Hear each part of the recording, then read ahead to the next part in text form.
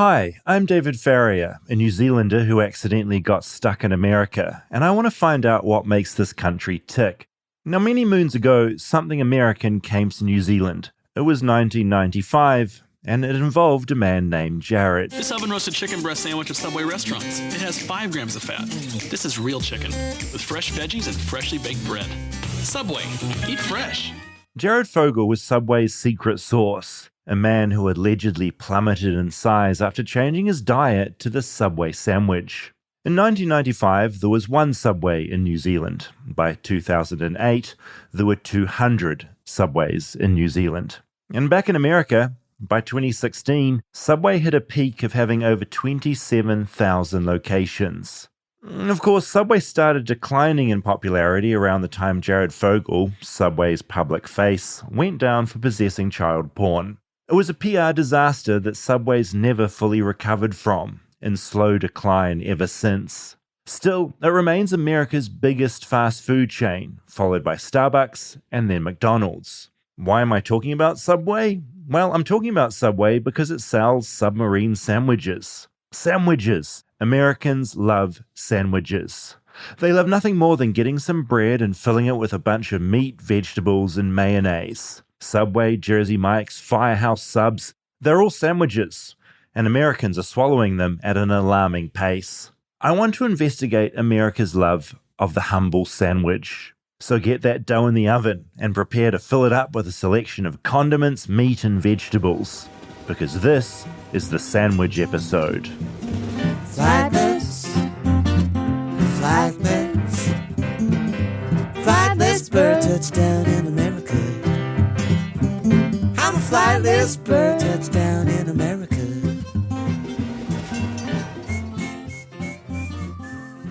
What are your thoughts when I say the word sandwich? I fucking love sandwiches. You love a sandwich? So much. All of them.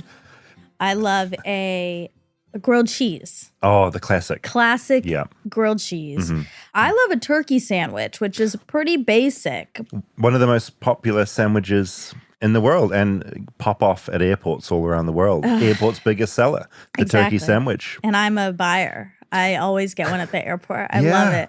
Did you, so I also love sandwiches. Peanut butter and jelly. Oh, it's Also the a best. classic. I go to a cafe that makes a really good P&J sandwich here. Okay. And they add extra peanut butter and jam for me because I just like it so gooey. Sometimes when I go and it's busy, they wave me around to the side window and they give me my peanut butter and jam sandwich. Wait a minute. Why can't we say their name? I don't want to want say their people to name go? because I'm afraid they're already popular. So it's not like they need a plug. And I'm worried if I name it, it'll get overrun. The line will double. Wow. And everyone so will come up. selfishly, I don't want people to It know about it. doesn't. Look, we've talked about places. Yeah, Courage Bagels, Maru Coffee. Maru. I do think it maybe had an effect on Maru, but not that extreme. This is another episode, but I do have an issue with lining up in America because in New Zealand, if there's a line, well, there isn't a line because the second a line forms, people give up. They're going somewhere else. Really? In America, if people see a line, they go, wow, that must be popular. We'd better line up for half an hour Yes. for a tiny item. Oh, I was someone lining up for a little macaroon for an hour. It That's- took about 2 seconds to eat. wait, I you was- did it? Yes. Okay. Angry. I will stand in a line, like for an exclusive limited edition item. Yeah, I've lined up at that coffee place with you, Rob Murray, a lot. That line, there's a lot of funny people in the line because it's full of hipsters, and so they're fun to look at. And it goes quick, and part of it is just hanging out in the line while you get your coffee. Yeah, and it's nice if you got company there, which is why I hang Yeah. out with that macaroon. But honestly, we don't do lines. But why are we talking about lines? Okay, because hold on, because you don't want to give the name of the great the peanut butter and jelly jam sandwich. place, and we don't have to. But I will say the peanut butter and jelly place is a ding, ding, ding to something we absolutely have to talk about, which is Oh, yeah. So this, okay, I can do this. So I want to address this. So this cafe is on a walk that I do. yeah. And you texted me yesterday saying I was on a walk and I was walking quite fast and intently, which is how I tend to walk when I'm on my own. Yeah. And I apparently completely blanked to you. You didn't blank me in that. Did I pass you? Yeah, you passed me. I feel less bad about that. So maybe this Yeah. isn't a face blindness issue. It's just being unaware of my surroundings. I think it was both because it was hilarious. So I was with Liz and our friend Kate, and we were walking, and all of a sudden you were in front of us. Yeah, I'm a fast mover. Yeah. These long legs. You were moving so fast, your arms were kind of flailing. Were they flailing? A little, because, well, what you don't want to tell people is it was a hike. We were going downhill. This was a descent. And you Sound like a clown that passed you. you didn't. But what's so funny is you didn't notice me. Was my takeaway. Well, I thought one of two things happened. One of three things. Okay. I thought you either didn't notice me at all. You saw a group of girls, didn't recognize me, or you knew it was me And walked just faster? kept walking so fast and hoped that I didn't catch you. We need to put the kibosh on the last one because I definitely wasn't running away. Okay. You can't get away with that behavior. That would be crazy. Well, it was funny because as Did you soon yell? as you passed, Did you I go, was like, "David?" oh my God, David's here. Yeah. But I didn't yell. For one, you were walking really fast. And so I thought, okay, he's like in a hurry. Yeah, he's on a mission. And then I thought, well, if option 3 was what he was doing, I don't want to then be like, David, like, Call me out on it. stop and talk when you No. clearly were avoiding No, us. so you caught me in what I do when I go on a hike, which is I am listening to some really loud metal music. Okay. I'm in the zone I and didn't I'm notice. seeing nothing. Did you have AirPods in? Yeah. Okay. I was like, They I were didn't jammed. see. Oh no, they were jammed in. Noise cancelling. When I'm on one of those walks, I don't want to be dealing with anyone. I'm just on a mission. I get that. Yeah. But that's why I thought maybe you didn't want to deal. I'll deal with you. No, if I Right. saw you, I'd absolutely. Say I might hi? want to keep going because I'm in the middle of my walk. Right. But I would absolutely would say hello. I'm not into social suicide. Like, I've Okay. got some limits of like how ridiculous I can be in the world.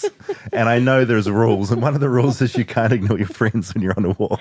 That's great. Actually, Yeah, just so you know. Throw a rock at me or something next time. Give me a fright. I Okay. get frights easily as well.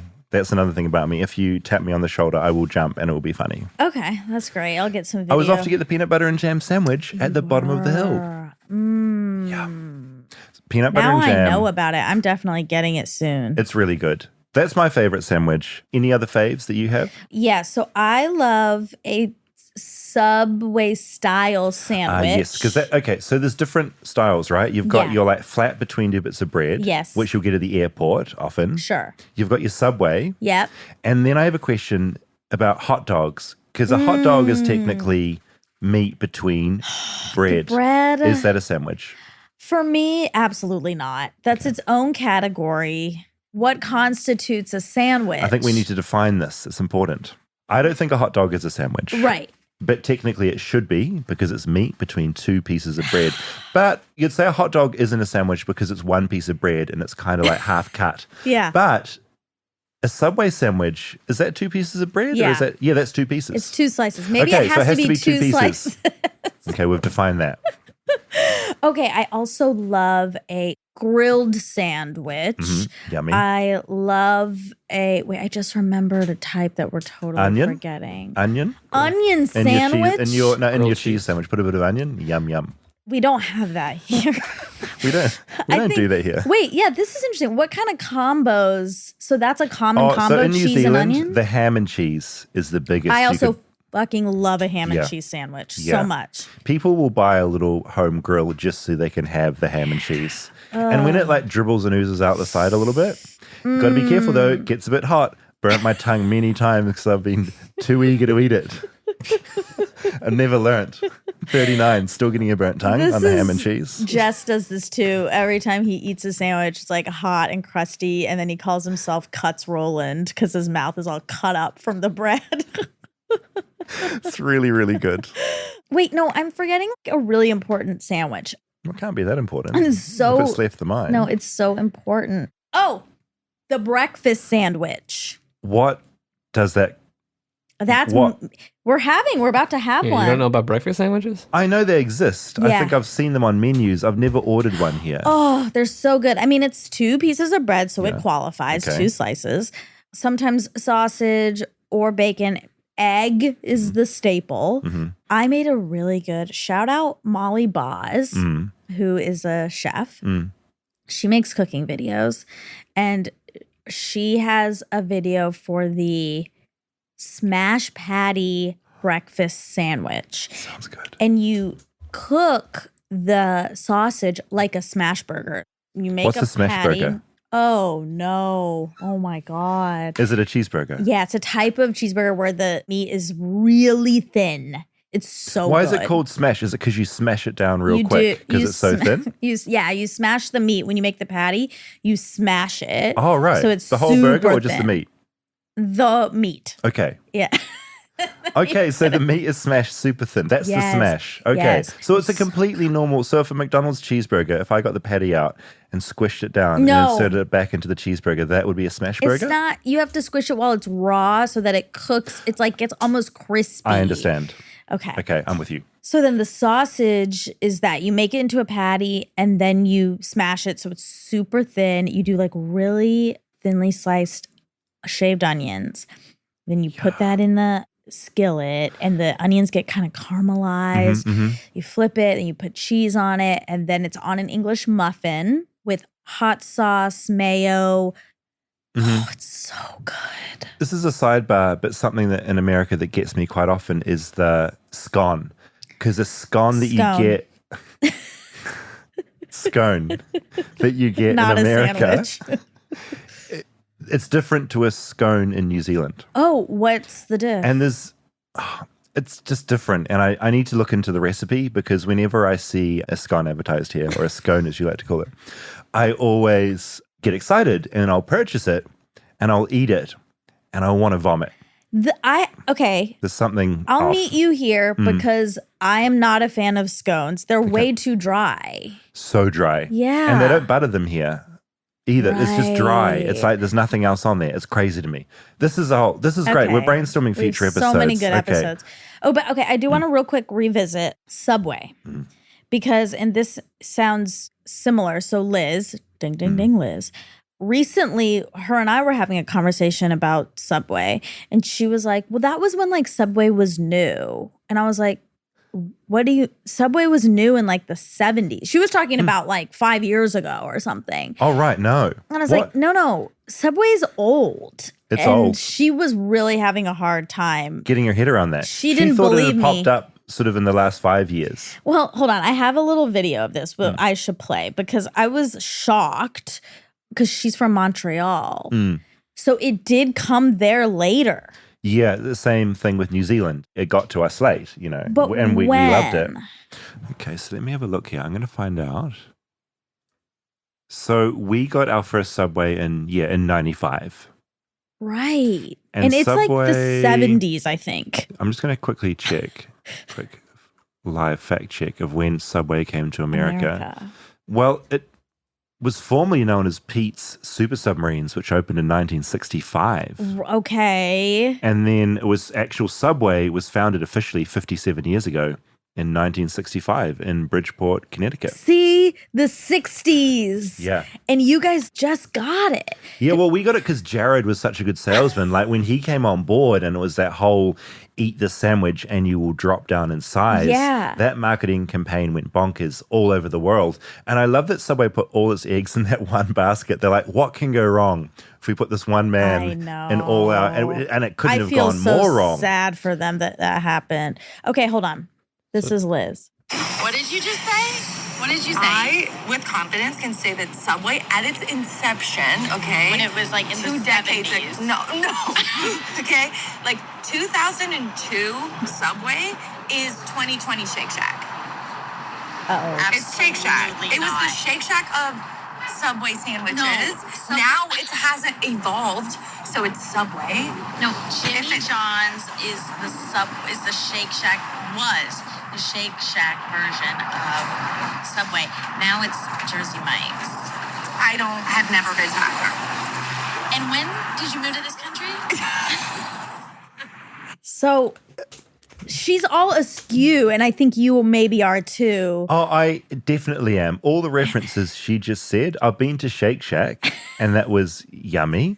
Actually, that was the night I vomited, actually, at 3 a.m. I had it at 12 a.m. and vomited at 3 a.m., so that doesn't bode well. But it was delicious at the time. Well, that's because you were drinking. Yeah, I was drinking. It wasn't Shake Shack, it was the drinking. But my point is, all these references and how much they've changed, I don't know what these places represent at all. Like, I don't know what Subway represents, what Jersey Mike represents. Jersey Mike's is so good. If they want to sponsor us, come on board. Please. I mean, I would eat Jersey Mike's every day. I love it so much. Also, is a burger a sandwich? That's too independent. It's 2 bits of bread.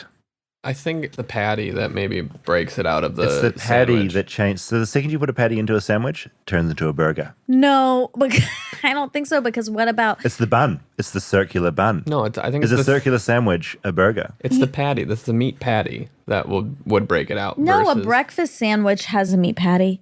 Good point. Also, This a is tuna crazy. melt sometimes is formed into a patty, and that's. Disgusting. No, I love a tuna melt. Oh my God. I love sandwiches. But that is a sandwich. This documentary, it's big. And look, I just want to say, we're not going to cover everything in here. Yeah, this is a huge My topic. my documentary is small, is what I'm saying. The topic is big. Yeah. And so I had to go niche with this. Okay. Because I kept hearing about the Philly cheesesteak sandwich. A as great being sandwich. Definitively a good sandwich. So I've zeroed in on that. And I know in doing that, there's going to be people listening to this that are like, why are you talking about this sandwich and that sandwich?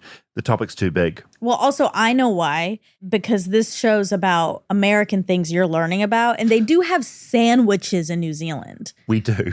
Yeah, no, that's a really good point. We absolutely do have sandwiches. We don't have Philly cheesecake sandwiches. So I set off. I do think sometimes you for Philly. accidentally say cheesecakes. Oh, I do. I just did it. I do it in the doc as well. Cheese steak. Yeah. Yeah, It's a that's tricky. It's a tricky one. talking, says the clown who races past you flailing his arms. Stay tuned for more Flightless Bird. We'll be right back after a word from our sponsors. Flightless Bird is sponsored by BetterHelp. Now, I don't know about you, Monica, but I feel at my best after I've been on a big walk. If I get up in the morning and stay in bed, like, oh, I'm going to have a little lie-in, I get really sad. If I get out and start walking up a big hill or something, happy. Physical activity, it releases endorphins. It's one of the best things. As well as walking, here's a transition. Working with a therapist can help you get closer to the best version of you because you can't always walk. I was supposed to have therapy today, and my therapist is out of town, and I feel totally untethered.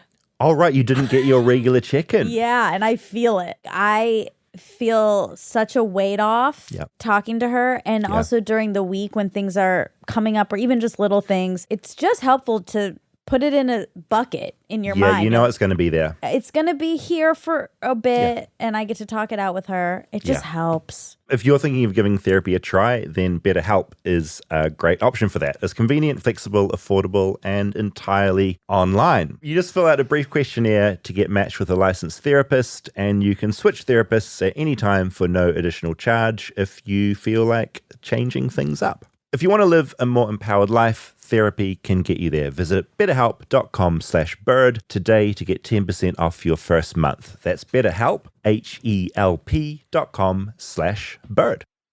This episode of Flightless Bird is brought to you by Primal Kitchen. I got some of their ketchup, and an Australian friend was in town. In Australia, similar to New Zealand, we have similar foods, and they made sausage rolls. He bought the dough, he made the dough, wrapped the meat up, put it in the oven, and the thing that makes a saucy roll is ketchup. And you supplied the ketchup. Oh, yeah. Primal Kitchen ketchup. It was the organic one. They do an unsweetened. The organic one is the one that I use because it tastes like being in New Zealand and getting like a hit of the best ketchup I've ever tasted in my life. So, yeah. Yum.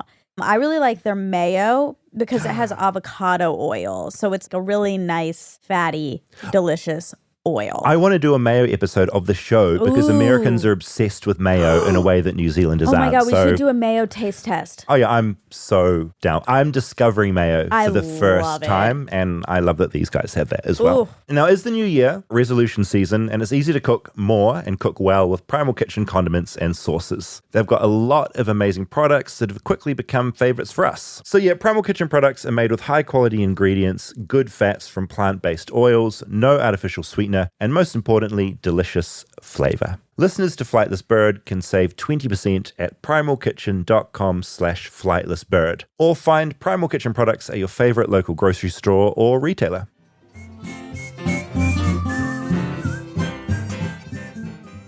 I set off for Philadelphia to make this documentary, and this is what happened.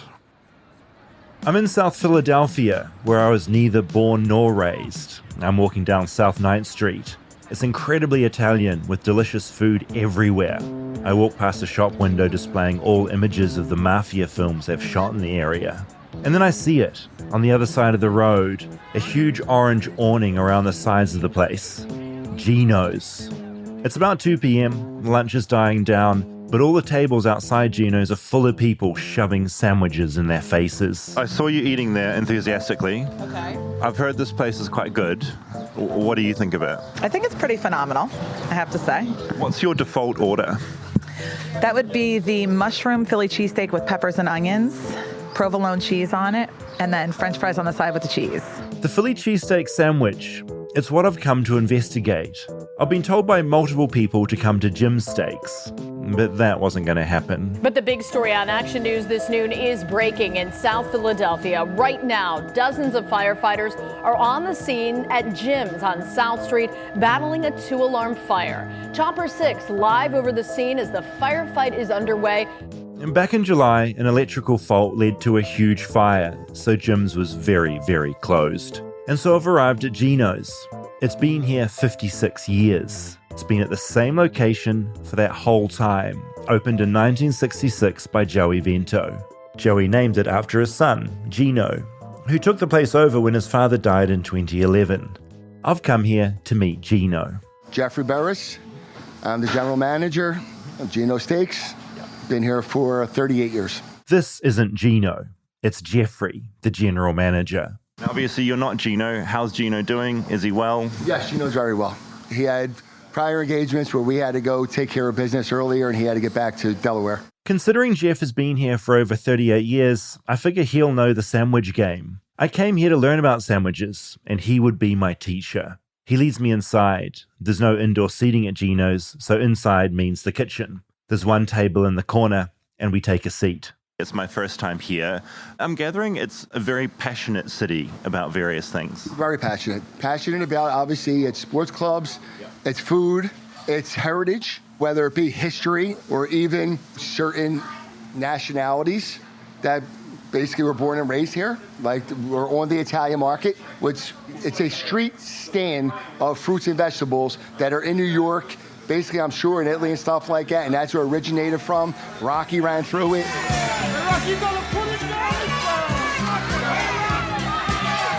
Rocky ran down the street I'd just walked down. And after Rocky ran, he sat down, he rested, and he ate a sandwich. We're the sandwich capital of the world. Whether it's cheesesteaks, hoagies, porks, all derives from Philadelphia, mainly South Philly. And that's where the bread basically is the best at and everything else. So you want a sandwich or you want a good Italian meal, whether it be Asian, Mexican meal, there's all kind of basically restaurants that are very, very popular around here. But when it comes to us, we're basically pushing a cheesesteak. Just rewind briefly, what's a hoagie? Hoagie is what some people call a sub sandwich, a submarine sandwich, or other cities a hero, but it's a hoagie in Philadelphia and South Jersey. And basically that's similar to that, and we have the best one of anyone. Like New York might say they have the best sub sandwiches, hero, stuff like that. Subway, and not to offend anybody, compared to the real Italian hoagies, it's not even close. But they're the biggest chain in the country. You got to give credit where credit's due. But when you want an authentic sandwich, you basically come to South Philly and you get cheesesteak, hoagie, or pork, and you're going to get the best. And put it in more perspective, a hoagie's made of lunch meats, Italian cold cuts. It is salami, gabagool, ham, provolone cheese, stuff like that. So it's not a hot sandwich. I wasn't here for a cold hoagie. I was here for a hot steaming cheesesteak sandwich. What defines a cheesesteak sandwich? Well, a lot of people make it a different way, and their modern generation think it should be chopped meat, and some people think you get mushrooms, peppers, and all that stuff on it. But basically, cheesesteaks originate with thinly sliced ribeye, and it was no cheese. It was just a steak sandwich with or without onions. During the course of the 40, 50 years of its existence, cheese was added to it, and it became one of the most popular, if not the most popular sandwich it is. Now it's an institution, a landmark for Philadelphia. But basically, that's the original cheesesteak, is thinly sliced ribeye. Don't let anybody else tell you anything different, whether it's top it around, sirloin. That's what the original steak sandwich was. And you gotta use different kind of ribeyes, which we use a steer. You know, it could be cow and stuff like that, whatever it may be, but that is fine. And we pride ourselves in the quality of our ribeye.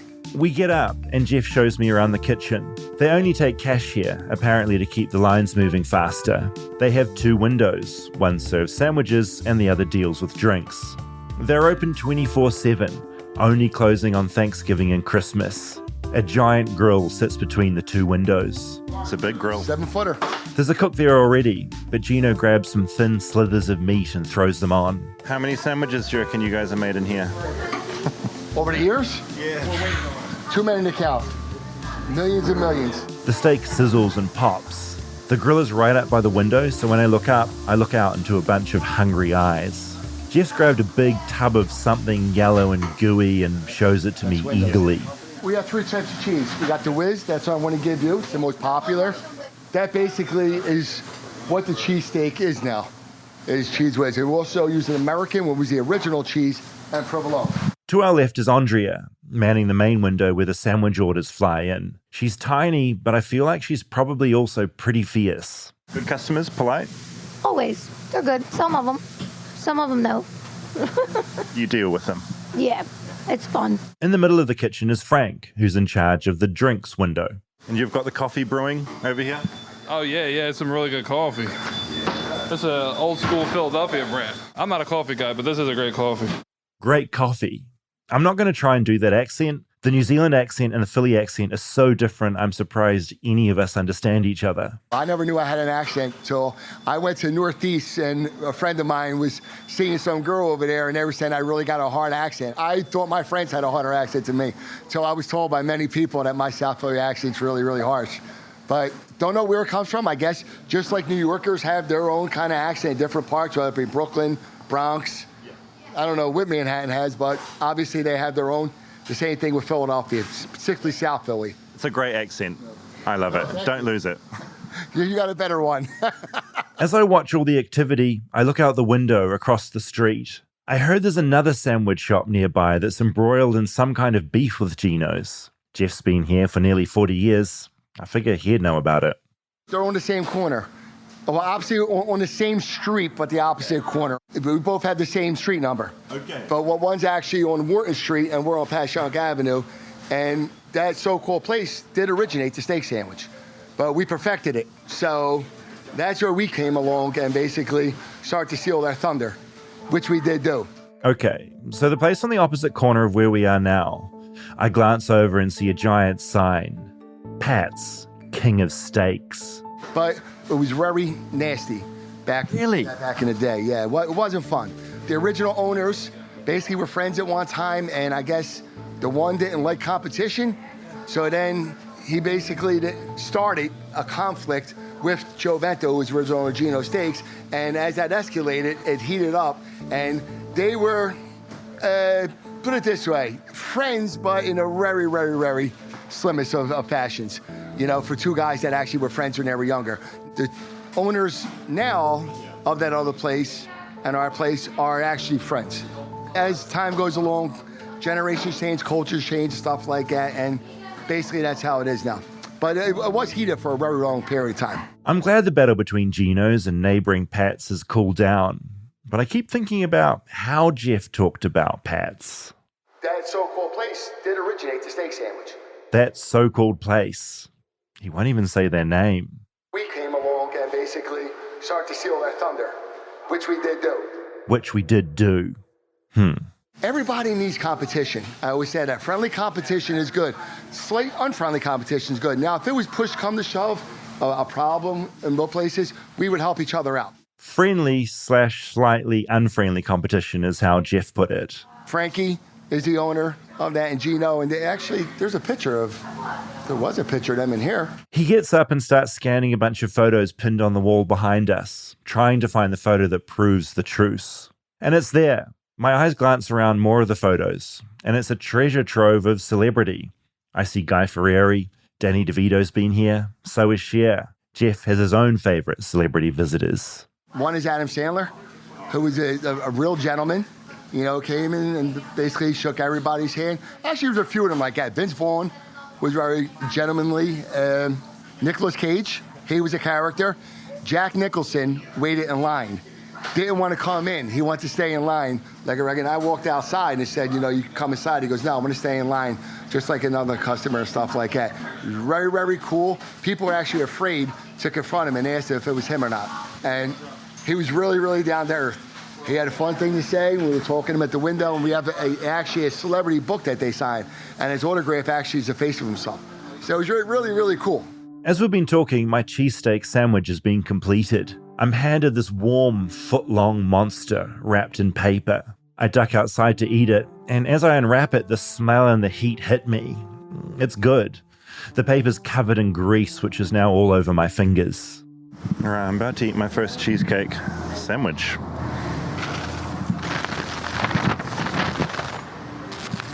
Very greasy. Yum.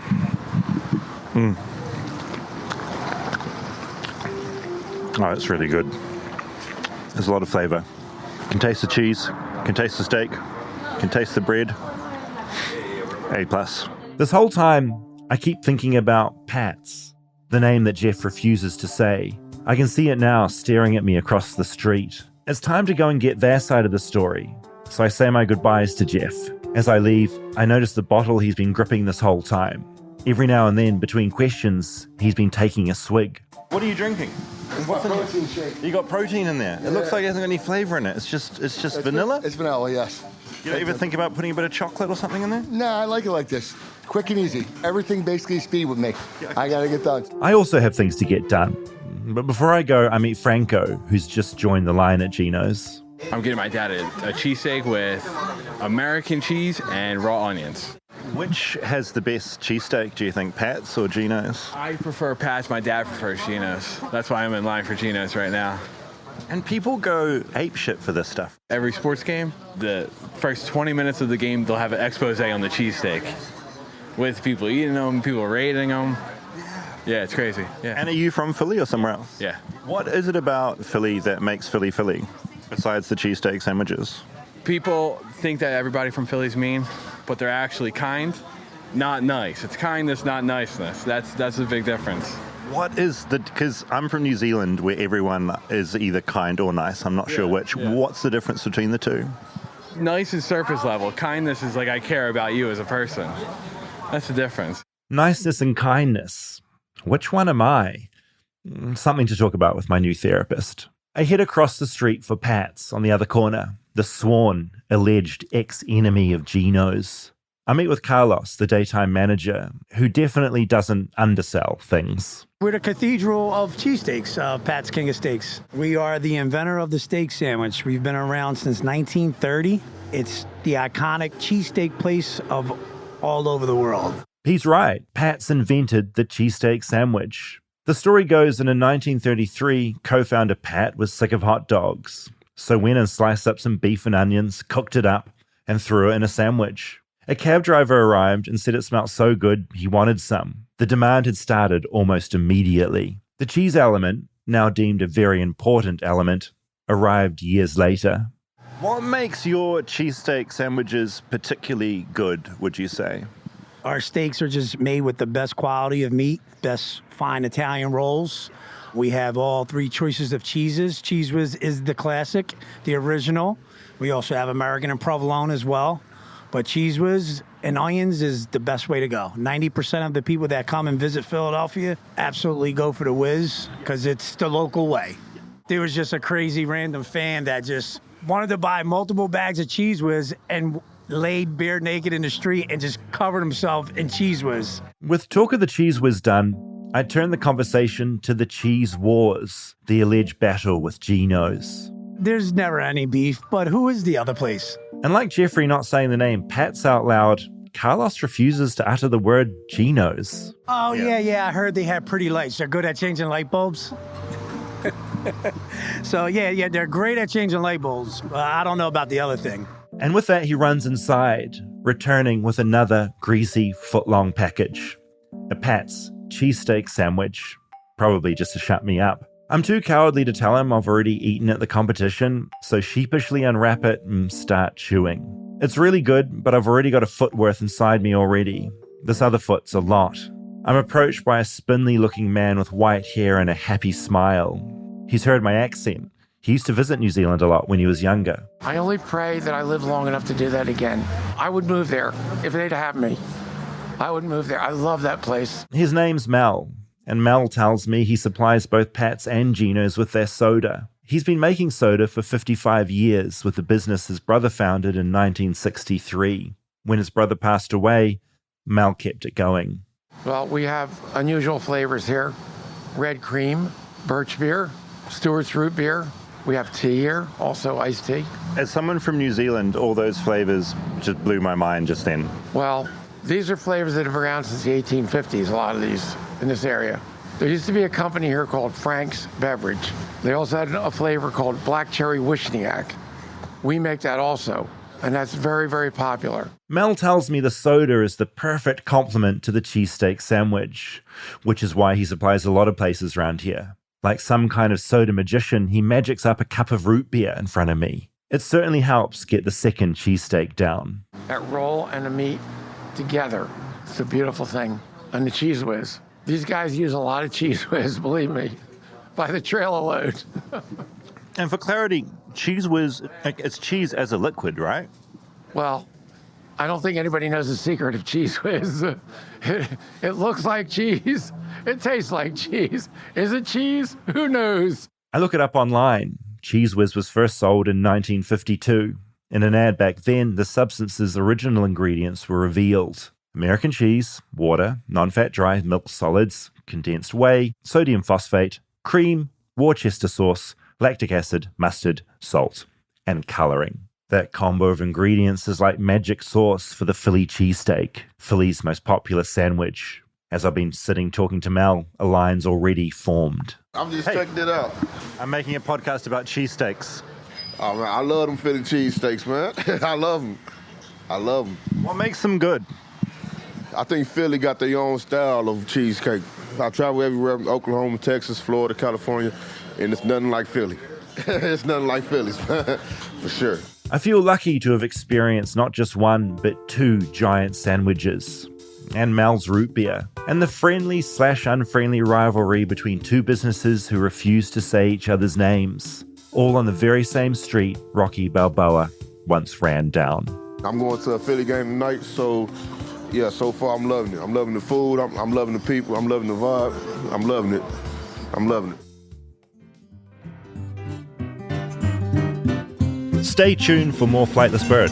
We'll be right back after a word from our sponsors.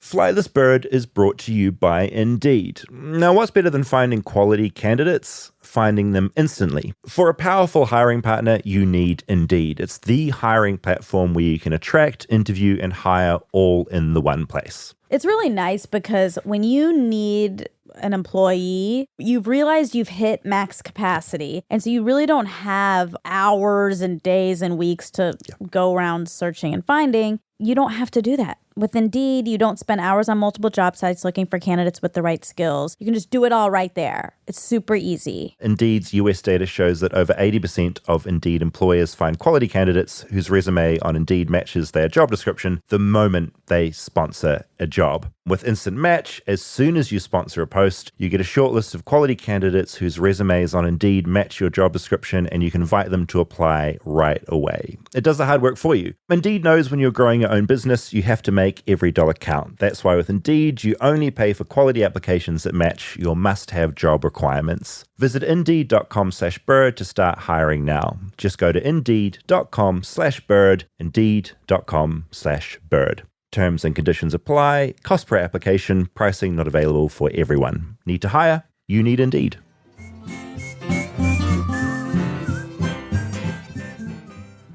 I love Philly so much. Wow. Okay. First of all, that was fascinating. I loved that. When I was talking to Geno's about all this, when he was talking about the place across the road and refusing to say the name, Yeah. because I'd heard about the rivalry going in there, but to hear him refuse to say the name, it said everything you needed to know. It's like the Hatfields and McCoys. It's like an old American rivalry. Yeah. Wouldn't say a word about it. Wouldn't say it. Just that place. Okay. And what was the best one? This was a really difficult thing to review because at Geno's, I'd already stuffed a foot long. I ate the whole thing. Yeah. It was like a while ago when we did the soda taste test. Yeah. It's Instead like, of having a little sip, I made that mistake and just drank the whole cup. I have no impulse control. So if something's in front of me, I have to eat the whole thing. And I knew going into that situation that I was going to go and explore across the road. And yet I still ate the whole thing. My point being, Geno's tasted better, but that's because I was really hungry. yes. Pat's, the originator of the cheesecake. Okay, so we need to address this as well. So I can't say cheese steak. I say cheesecake. But I'd like to add that Okay. delightful man at the end of the documentary also said cheesecake. He also slipped up. Yeah, he did. I think that should be called a cheesecake. A No. cheesecake sounds so delicious. We already have a cheesecake. Oh, we do. That's right. Have you had cheesecake before? And I love cheesesteak. Cheese. When I say cheesecake, I say cheesesteak. What the fuck? Oh, that's wild. That was real time. That all happened just in front of our Okay, eyes. so thinking really carefully about how I'm talking, I Yeah. have had cheesecake Yes. before, and it's a delicious dessert. It's delicious. So we can't name a cheesesteak a cheesecake. Good job. Just slow it down when you talk. I get you know? excited. Okay, so they were both delicious. Okay. Did you taste a major difference? They tasted the same. They did. To be honest, both of them just tasted like Cheese Whiz. Yeah. Okay, this is so interesting. What color was the whiz? Okay, so Jeffrey got out a big sort of vat of it Mhm. in Geno's, and it was just very yellow, like a dark yellow. Okay, because when I imagine a Philly cheesesteak, I imagine white cheese. Right, It's not provolone. It's way more melty right. than a provolone normally melts. So you've had a Philly cheesesteak as well. Many times, but You I've like- never had one from Philly. All right. So maybe the yellow cheese whiz is there? that's their thing. I mean, there was that mention of that guy that came with some sort of like festival going on, and they did have the guy that bought a lot of Cheese Whiz and just poured it. He got nude and just poured it all over himself, which is so extreme. There's also something else very American that happened. When I went there to record this episode, there'd been a big win for their local sports team, and people were on the streets, and everyone kept saying, they're greasing the poles. They're greasing the poles. And what the police do is they put like Vaseline on the poles. Do you On have the- Vaseline in America? Yeah, Yeah. of course. They were greasing up the poles because people climb the poles in Philly. That's what they what do. poles? Just poles. Street lights. Like street lights. There's Oh, like any telephone pole. poles. So when there's a big game in Philly, from what they told me, I might be wrong about this, the police go out and just Vaseline up all the poles so that So that people- Philadelphians can't climb them. Wow, that is so specific to Philly. Yeah, and it's multiple people. They're like, do you know they're greasing the poles? And I'm like, what are you talking about? Why are they greasing the wow. poles? It's like in New Zealand, we have a problem with possums that Right. eat they're introduced and they eat all the forest. Yeah. And so in New Zealand, they'll put sometimes a metal ring around the base of a tree and it stops the possum climbing up to the top.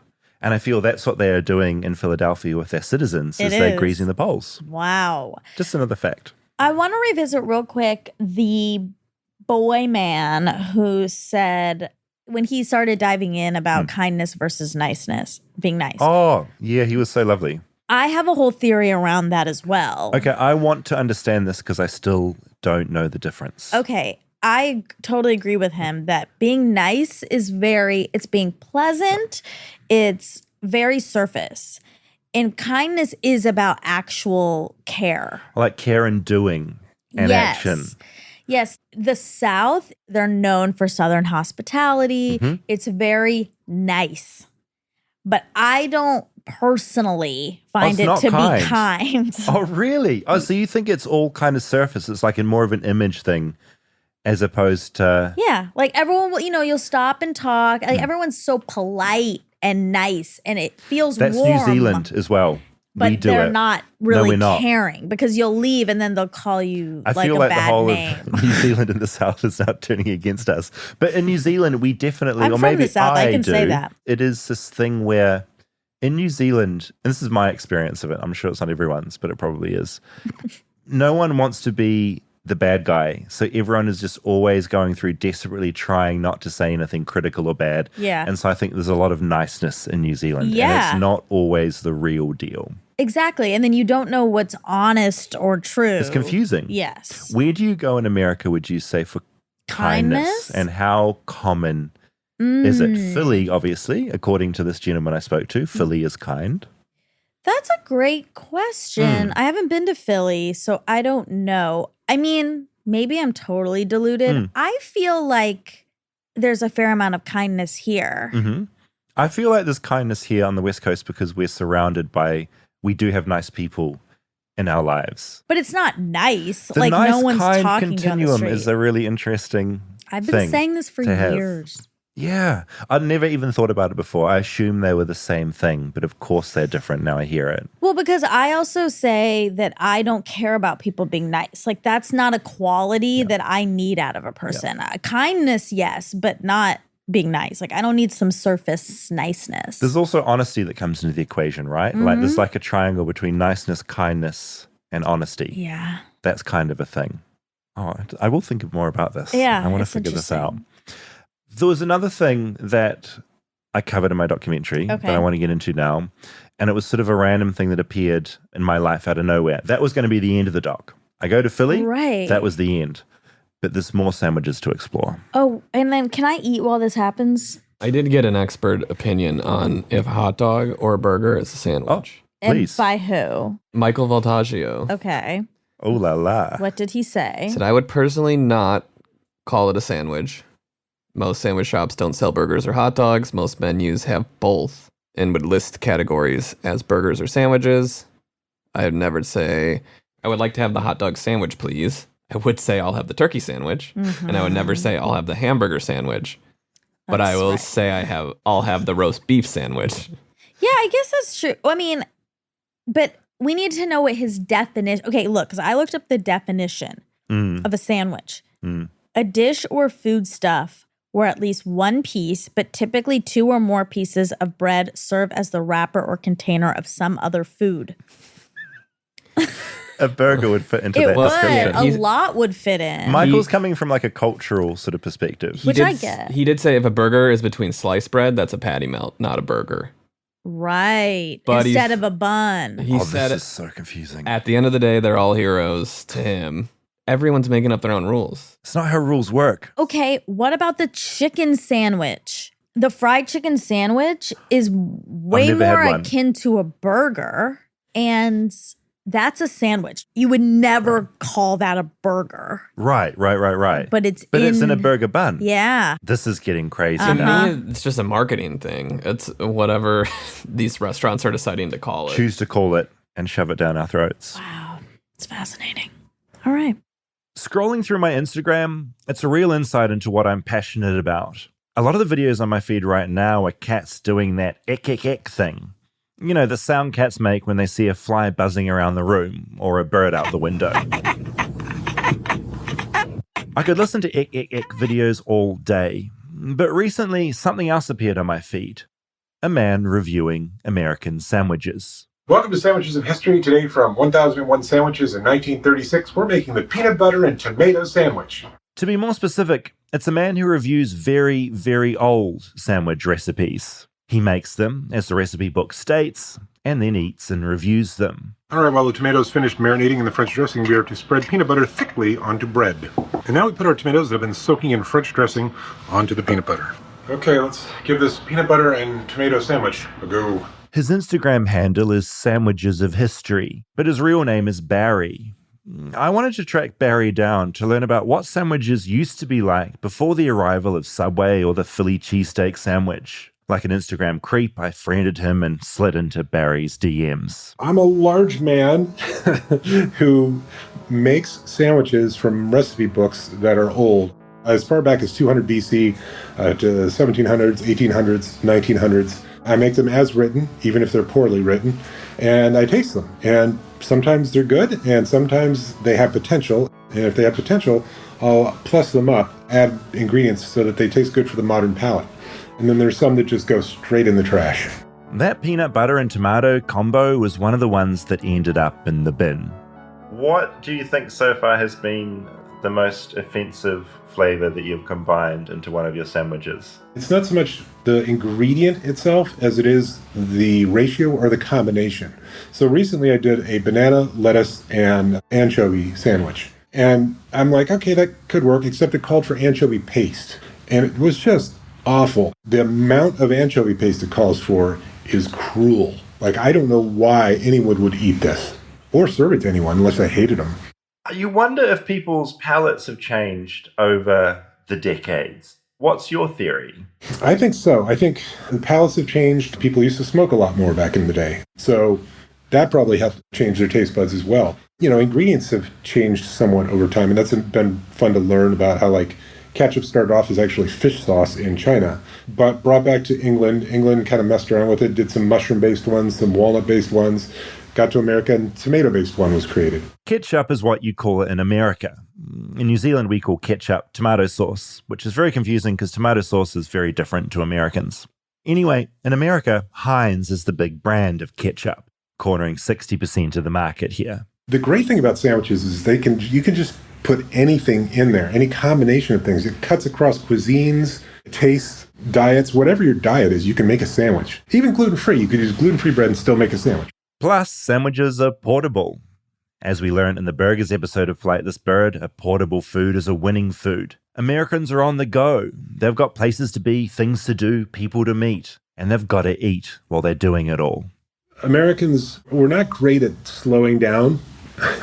We're always going from one place to another, doing things, getting things done. I mean, the drive-thrus at restaurants are evidence of that. He's picked up patterns along the way, things America does and doesn't do to its sandwiches. Like at some point, Americans stopped buttering their bread as much. I'm sure some Americans still butter their bread, but back in the day, every American buttered every piece of bread. Something that the UK and Ireland still does, but we do not do, butter bread. Almost every recipe in these books call for us to butter the bread. Even if there's butter in the filling, whatever the filling of the sandwich is, the bread gets buttered. And I get asked all the time, why is that? And well, butter was easily attainable. You could make butter at home. All you had to do was churn milk. The other thing is calories. There's a good source of calories and fat. And then 3, it acted as a moisture barrier so it didn't sog out the bread and have the sandwich fall apart. It could actually kind of keep this stuff together so you could eat the sandwich in a timely fashion. Yeah, we are big bread butterers in New Zealand, where I could never have a sandwich without buttering it. Right. Here, it was the norm until probably, it seems like the 60s or 70s. And I don't know how mayonnaise got in, but mayonnaise got in. Americans love mayonnaise. It's everywhere and it's delicious. It's pretty much a whole aisle at the grocery store. We have it in New Zealand, but we just don't have the mayo obsession of the USA. I think it's got a slight flavor to it. It's got a definite richness to it, and it's got a mouthfeel that's different than butter. Butter feels like it's almost oily when you're rolling it around on your tongue, whereas mayonnaise just feels kind of like a luxurious sauce. Barry says as well as sandwich disasters, there's also plenty of sandwich delights he's discovered along the way. One sandwich that did surprise me a little bit was the World War II sandwich from Britain, banana sandwich. In World War II, they couldn't get fresh bananas because, war. So what they did is they would boil parsnips. They would peel parsnips, boil them, mash them, put in a little sugar and a little bit of banana essence, which is basically banana extract. Mix it up, put it in between buttered bread. And I swear, you'd be hard-pressed to tell that that was not a banana mashed up between bread. It was a very ingenious way to get around the fact that you could not get banana and still have the sweet treat during wartime. One thing Barry has to contend with that many foodies don't is the fact he's dealing with recipes that are really, really old. Times have changed since the recipes were written. That can be a problem. Was there anything from some of these older American recipes that you found difficult to get here in 2022? Yeah, so some of the ingredients, like they'll say, open a box of sardines. I don't know what a box of sardines even would be. So there are some difficulties in getting some ingredients. I've had to learn what a salt spoon is because that's a measurement they used to use. It's actually about 1/4 of a teaspoon. I also have learned that they used to say things like put the sandwich in a moderate oven. And moderate oven is from like 350 to 400. So I've had to learn those kinds of things as well. But the recipes back in the day were more art and less science. So one of the recipes in the Up-to-Date Sandwich Book of 1909 says to assemble the filling, put it between the bread, dip the bread in a mixture of beaten egg and milk, and that's it. The instructions just stop there. And it's like, okay, I know I'm going to go ahead and make the leap that you want me to cook this and not feed it to someone raw. They also do recipes where there's no measurements, or half the stuff has measurements, and the other half's like mayonnaise. It's like, well, how much mayonnaise? Is this a recipe or not? What are you doing? Along the way, Barry's been reminded that, like us mere mortals, American celebrities also love sandwiches. One in particular really loved them, and not ones that were particularly healthy. The Elvis sandwiches are amazing to me. There's a few sandwiches that he enjoyed. One that everyone thinks has bacon does not. It's the peanut butter banana and then fry it in butter. I look up an old clip from Letterman in 1987. He's got Elvis's cook on, Mary Jenkins, and she's making Elvis's favorite sandwich. And some toast? Yeah, toast. And then you're applying what appears to be peanut butter. That's right. Mm-hmm. Peanut butter? Applying the peanut butter. Now, was this a recipe that you invented or Elvis invented? No, he went on a tour. Uh-huh. And when he came back, he brought this with him. One of the other ones he liked was called the Fool's Gold. It's from Colorado. And he apparently flew his private jet with all his cronies to Denver, sat in the plane, ordered like 20 of these sandwiches, had them delivered to the hangar. They sat there, polished them off, and flew home. It's basically bread that gets hollowed out a little bit, jar of peanut butter, jar of blueberry preserves, bacon. And it is quite tasty, especially with a little chili powder on it. And then there's another Elvis sandwich that involves bacon and fried potato slices. He loved his sandwiches, and he loved his fried, and he loved his bacon. Like Elvis, Barry's eaten hundreds and hundreds of sandwiches, more than the average American, and certainly more than the average Kiwi. And despite having a very niche topic to pour his heart and soul into, sandwiches of history, Barry's confident he won't be running out of recipes anytime soon. People asked me when I first started, like, what are you going to do when you run out of sandwiches? The Up-to-Date Sandwich Book of 1909 had 400 sandwiches, so it was going to be a while then. Then I found one that was 1,001 sandwiches, and I'm never going to run out of sandwiches to make. I really loved Barry because he just opened up this whole other world. 400 sandwiches in one book. Insane. His Instagram is Sandwiches of History. Ooh. And it's just every day it's a new insane sandwich from America and the world's history. I'm going to follow because some of the ones he was saying were insane sounding. No, like aliens had come down to Earth and were Yeah. just putting random things together. Yeah, he's got a tuna and peanut butter one that he did. Ew, I mean, all these These weird... were written in recipe books. This is like, Yeah. here's a recipe book of a yummy sandwich to feed your family. Even peanut butter and tomato. Like, what? That sounds horrible.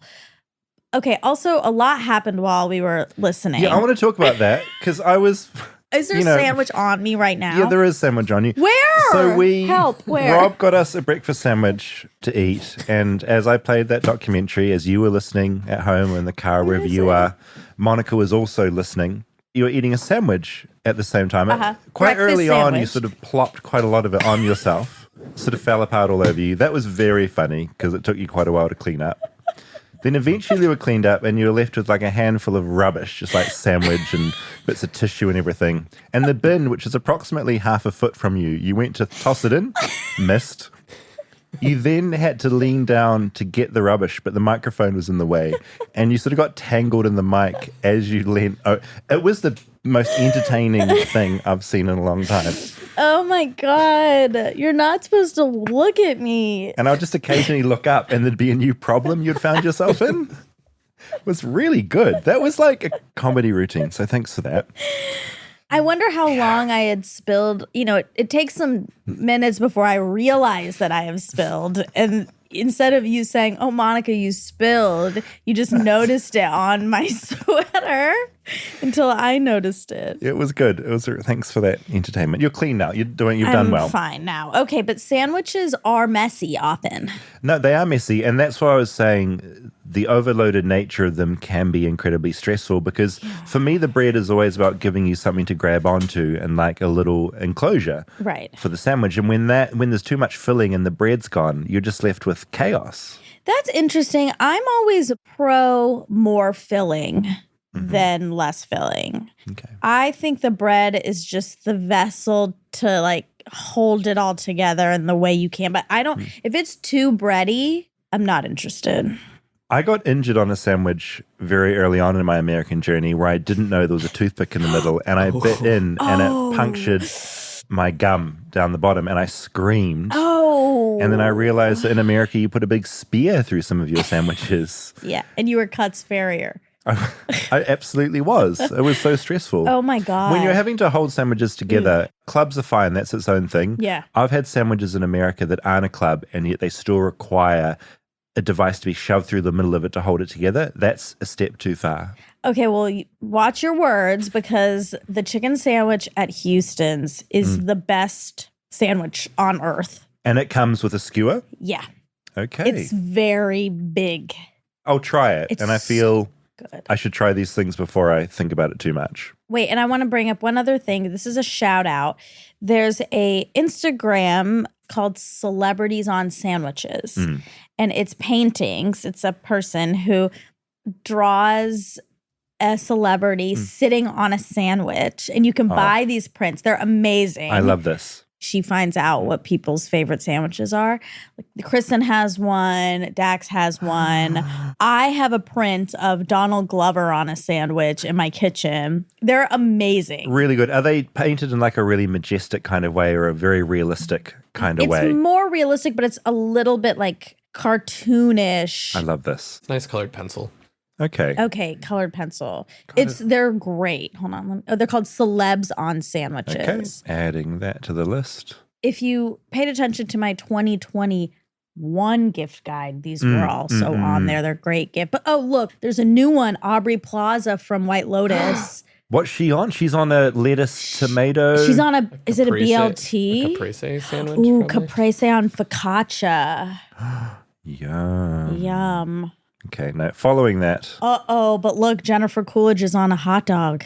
So she believes hot dogs are sandwiches. I did get one more expert opinion.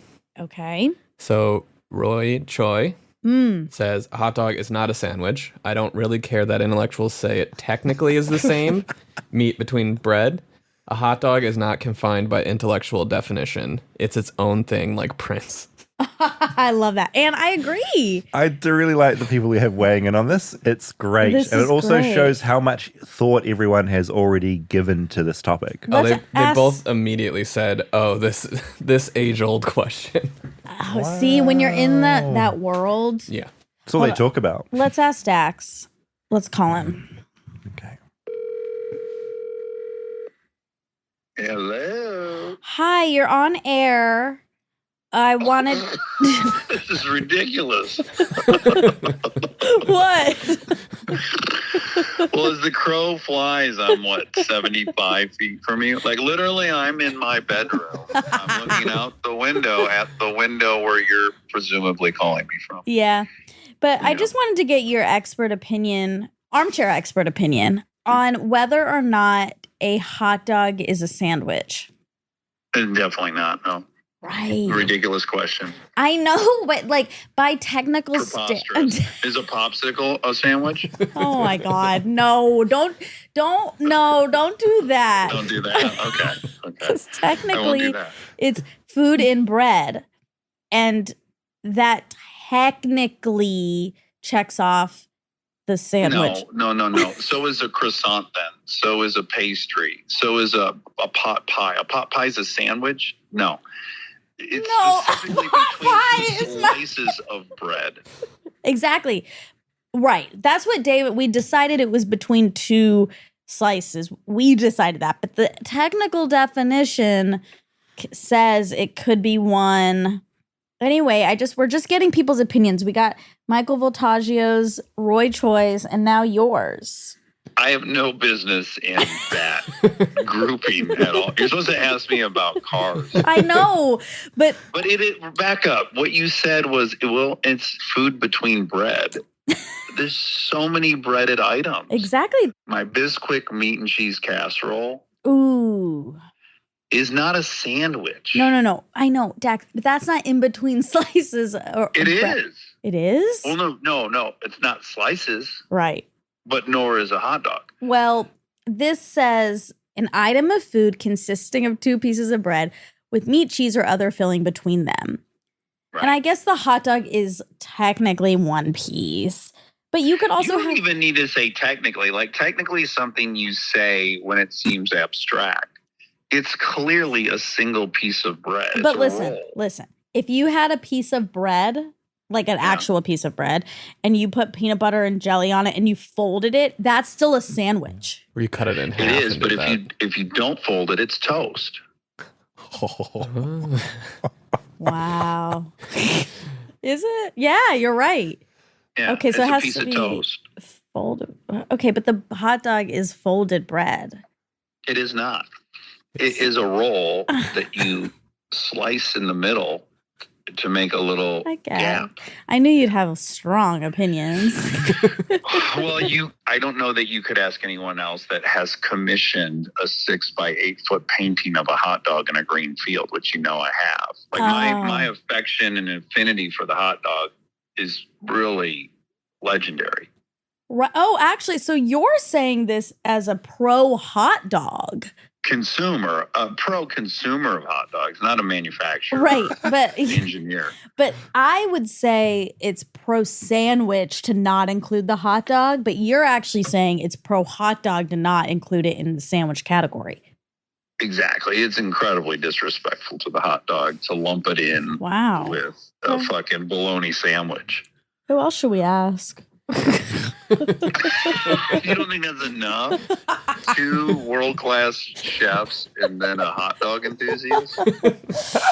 All right, I guess that's fine. All right, well, wave to us, I guess, through the window. Okay. The only thing more sillier could be that I would be in the gym in Black Mole Paradise. We could just shout down to you. Yeah. All right. Well, good luck with your verdict. I guess that at the end of this episode, you'll declare. Sure, but we all are in agreement, but we're just toying with the details, Oh, playing devil's advocate. Yeah. Debbie's happy. I like that. I like when you. We just really have to pull things apart, like a hot dog bread. Right. All right. Well, thank you, Dax. All right. Love you guys. Bye. Love you. Bye.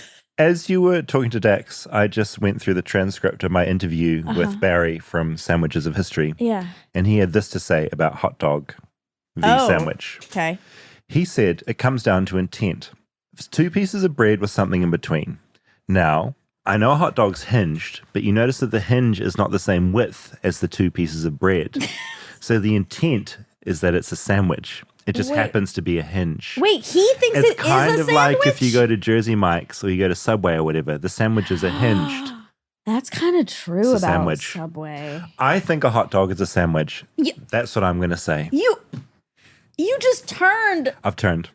I've thought about it. I've digested the information. And that's just personally how I spiritually feel about it. It's my spiritual belief. Oh, wow. Okay. I mean, I'm not going to cause like a fight over your spiritual beliefs. But I totally disagree. Okay. I'm with Roy Choi and Michael Voltaggio and Look, Dax. I can sort of see why you would side with a couple of chefs and a hot dog enthusiast over me. I'm not offended. Look, one bit of trivia I just wanted to leave you with, which is unrelated to this, but another thing, I really like Sandwiches of History and Barry.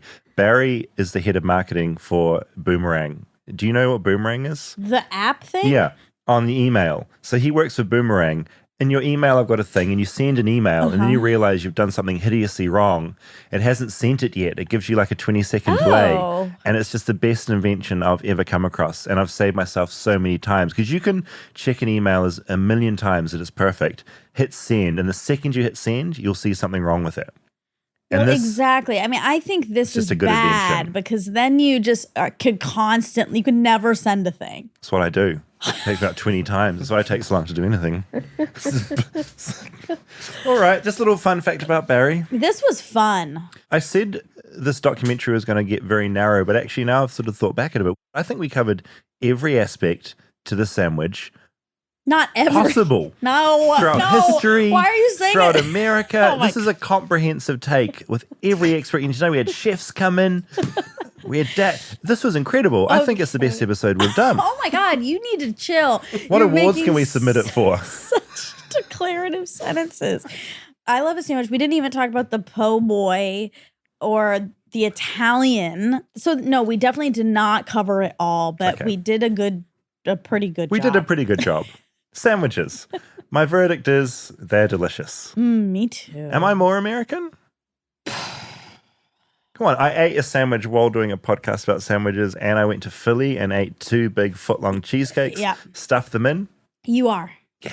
You are. You're a hot dog size more American.